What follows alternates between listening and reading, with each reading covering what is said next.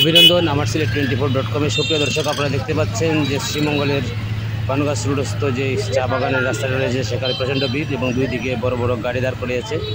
আমরা শুনতে পেয়েছি যে লাউয়াছড়ায় গাড়িগুলি পার্কিং করতে সমস্যা, সেই কারণে তারা এখানে চলে আসছে, এই কারণে এখানে জ্যাম সৃষ্টি হয়েছে। যাই হোক, আমরা চলে আসছি লাউয়াছড়ায় এবং লাউয়াছড়াতে আমরা দেখতে পাচ্ছি যে কয়েকটি নো পার্কিং স্ট্যান্ড লাগানো রয়েছে। এই বিষয়ে আমরা কর্তৃপক্ষের সাথে কথা বলেছি এবং কর্তৃপক্ষের সাথে কথা বলতে গিয়ে আমরা জানতে পেরেছি সেটা উপর মহলের কারণে সেটা করা হয়েছে এবং স্থানীয়দের অভিযোগ রয়েছে, ড্রাইভারদের অভিযোগ রয়েছে।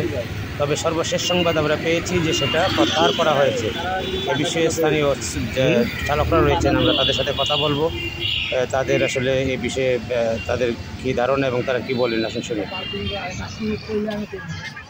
আচ্ছা, নো পার্কিং সম্পর্কে আপনারা তো গাড়ি চালক, এখানে যারা রেখেছে গাড়ি চালক, যারা পর্যটক, তারা তো আপনাদের মাধ্যমে আসে এখানে নাকি?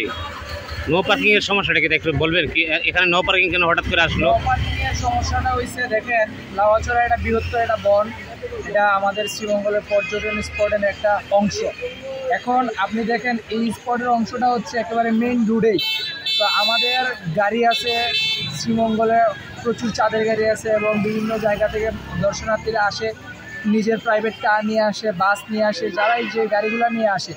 রিসেন্ট আজকে 2-3 দিন যাবত দেখা যাচ্ছে নো পার্কিংয়ের কয়েকটা সাইনবোর্ড এই লাউয়াছড়ার আশেপাশে লাগানো হয়েছে।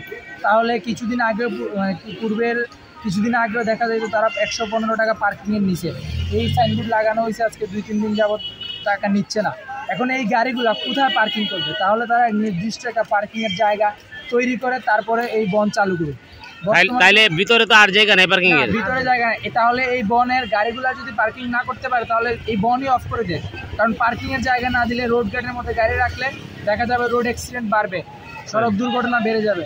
তো এই জিনিসটা বন কর্তৃপক্ষের কাছে অনুরোধ রইল, আপনারা এই পার্কিং এর জায়গাটা ঠিকঠাক করে দিবেন, আর না হয় আপনারা কি ফয়সালা নেন সেটা আমাদের শ্রমিক সংগঠনের সাথে বসে। এখন আমরা আপনার সাথে কথা বলতে চাই, মানে এখানে আসলে এখন তো টাকা নিচ্ছে না 2-3 দিন ধরে, তো টাকা যদি না নেয় আর যদি এখানে গাড়ি রাখাটা মানে তারা নো পার্কিং দিয়ে নিষিদ্ধ করা হয়,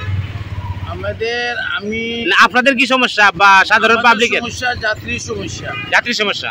এই যাত্রীগুলা পর্যটকগুলি শুধু ঢাকার সিলেটের না, টাঙ্গাইল, পঞ্চগড়, ঠাকুরগাঁওয়ের যাত্রীগুলি আছে। এখন যাত্রী আমাদের পেজেন্ট আছে, পঞ্চগড়ের পেইন্টার আছে। এই পেইন্টারগুলো আসলো, ওরা ঘুরবে, দেখবে, ওরা টিকিট তাদের 115 টাকা টিকিট নিচ্ছে, যে গাড়ি কোনো পার্কিং দিচ্ছে না, তাদের কর্তৃপক্ষ হইতেছে, বিট অফিসার হইতেছে যে গাড়ি রাস্তার উপরে রাখার জন্য। আবার তারা আবার পুলিশকে কোথায় পার্কিং, কোনো জায়গায় কোনো পার্কিং কোনো কিছু নাই।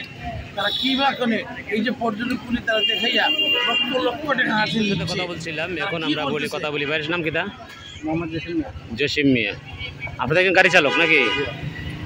বাইরেতে যে লোকগুলি আসতেছে এখানে পর্যটকের, এই এখন যদি গাড়ি এখানে রাখতে সমস্যা হয় তাহলে তো তারা বনে ঢুকতে পারবে না। বাইরে গাড়ি রাখলে রিস্ক আছে নাকি? অবশ্যই।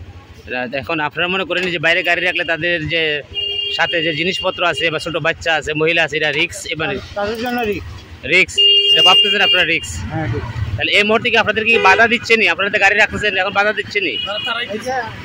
ওনারা দিচ্ছে যে বলবো যে হ্যাঁ, পার্কিং বসালি পরে বাধাটা দিচ্ছে, মৌখিকভাবে বাধা দিচ্ছে নি? না, এটা আমি এখনো পাইছি, মৌখিকভাবে বাধা দিচ্ছে নি তারা বাধা দিচ্ছে গাড়ি শুরু বলছে।